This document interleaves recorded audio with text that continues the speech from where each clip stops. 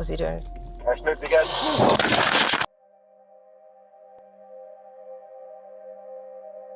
It was a night shift. I knew that I was working with Rich that night. I'd worked with him, I think, 3 times in that week already. Me and Angel, we were crewed together. I work with her quite a lot. I know it's a good shift. When I work with Angel, we get on and we've been friends for a long while. We've been friends for years. We have the same work ethic, I would say. We have the same professional curiosity. We have the same passion, the same interest in the job. Came in for our shift together. We were actually working on the Kensington-Chelsea borough that night. And I remember it wasn't a very busy evening. I think we had a couple of calls, but by the time it got to about 1, 2 o'clock in the morning, it dipped, and yeah, there wasn't really a lot of calls. There wasn't anything going on. So we decided to go and get some refs and food. As we were getting some food, a call came out. Got a new Y-grade coming through, potential theft to motor vehicle. A Range Rover had been stolen about half an hour ago. Someone hit Battersea, and the tracking company have called, and it was pinging SW5. We're around the corner, and I know that if it's a live tracking, it's there somewhere in that radius, and it's been driven around. I've got access to the national ANPR system, which basically tells you if there is a marker on a vehicle, like a vehicle that's stolen, for example. And we knew that it was moving up through areas where there were ANPR cameras, so we took the professional assumption that it had probably changed number plates. So we were basically just looking for any Land Rover Defender that looked the same. We were sat at a junction, and as we were sat at the junction, I think we were getting ready to turn right, and this Land Rover Defender just drives right past the front of our car, and the driver kind of locks eyes with both of us because he went right in front of us. And we both kind of went, this could be it. And I made a quite good eye contact with the driver. Why did he just stare at me? A natural instinct was to just follow the car.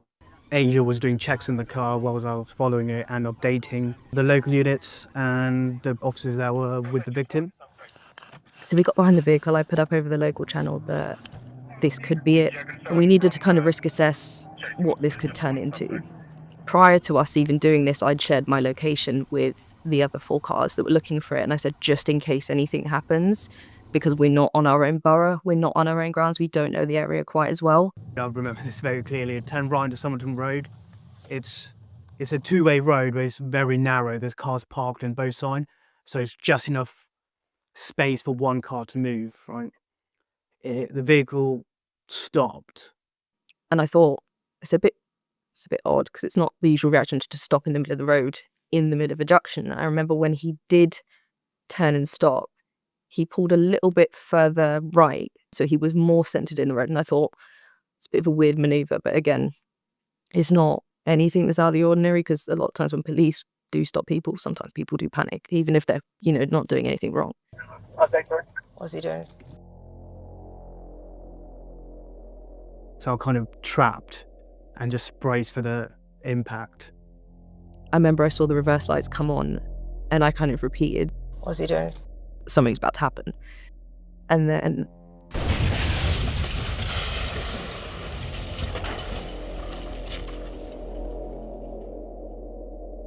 everything happened so quickly. I think it probably will happen within about a fraction of a second, but I feel like in those kind of instants, time kind of slows down a little bit. Yeah, the impact itself was quite nothing I've experienced before. I've been rammed by stolen vehicles and suspect vehicles before, but this was something I've not experienced yet. The wheel was pretty much directly in line with my face. And I remember seeing it come towards the vehicle, and I kind of braced for it to ram us. And within that split second, I kind of thought, okay, we can deal with the ram. It's fine. We'll just stop. We've got the new plates. It's fine. Like, we'll just deal with it when it happens. And then I remember it didn't stop.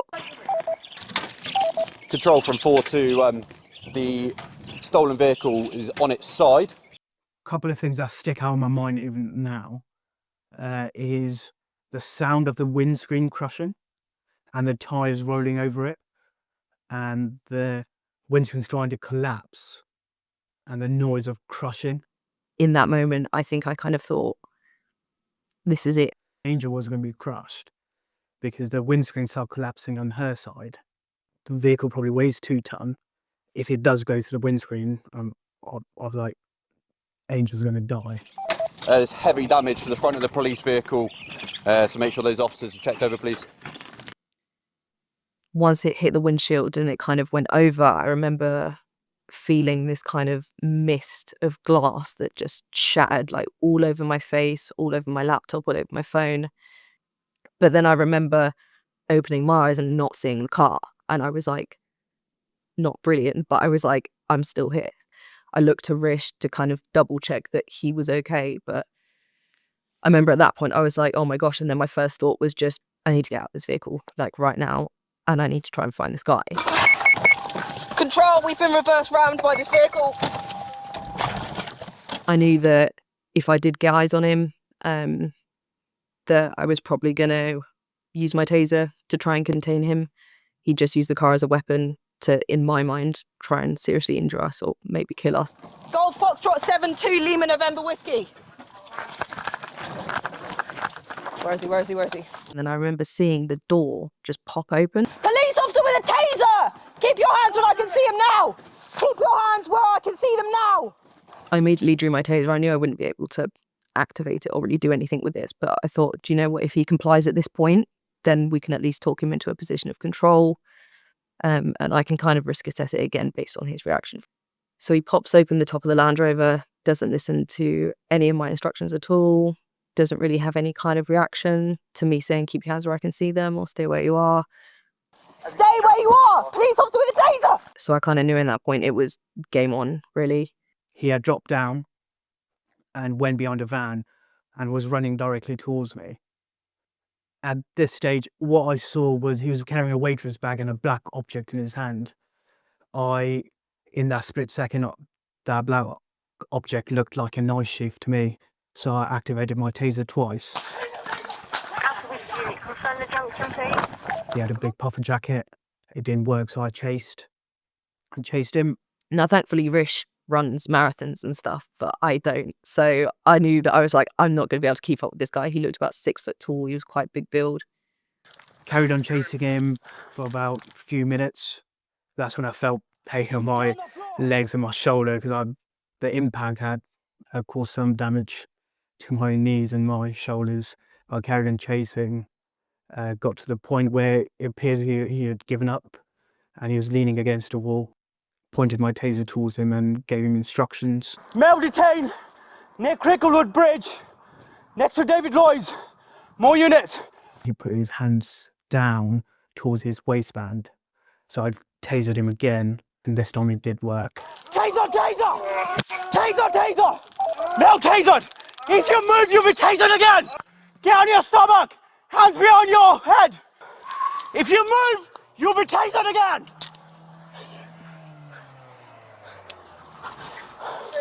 Control, we're safe and well. Mel's been tasered.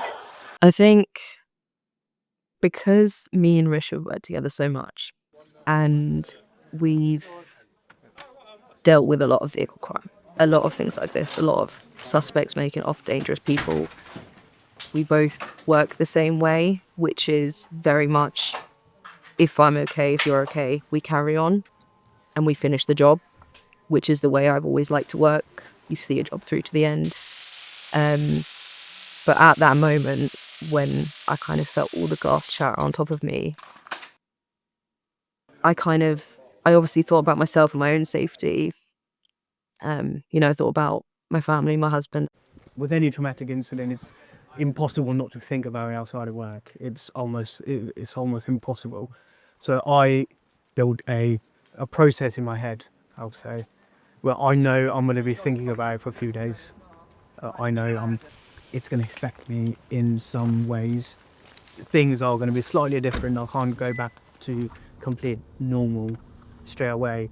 But I did get nervous the first car pulled over, especially a Range Rover. I think it was a Range Rover, the first car pulled over straight after that. But you got to have a process in your head how to deal with it. I love my job and I love doing what I do. I love my team. I love helping people, but I think due to what happened, it means that my risk assessment might always be a little bit higher than other people's, which I don't think necessarily is always a good thing, especially mentally, when you're trying to mentally prepare yourself on the way to a call. Obviously, this was completely spontaneous, and there was nothing that we could have predicted to happen. Got new I-grade coming through, potential theft of motor vehicle from the C4. That's SW10. When we do go to dangerous calls, which we go to every single day, you mentally prepare yourself for what's going to happen when you get there. If someone wants to do something to get away, they will, at no cost for someone's safety.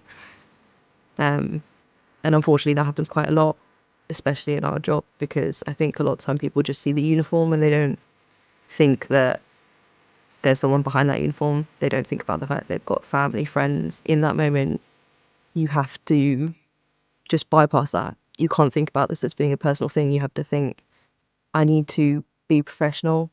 I need to show the same kind of care and comfort that I would to this suspect that's just trying to kill me. I need to still care about their well-being.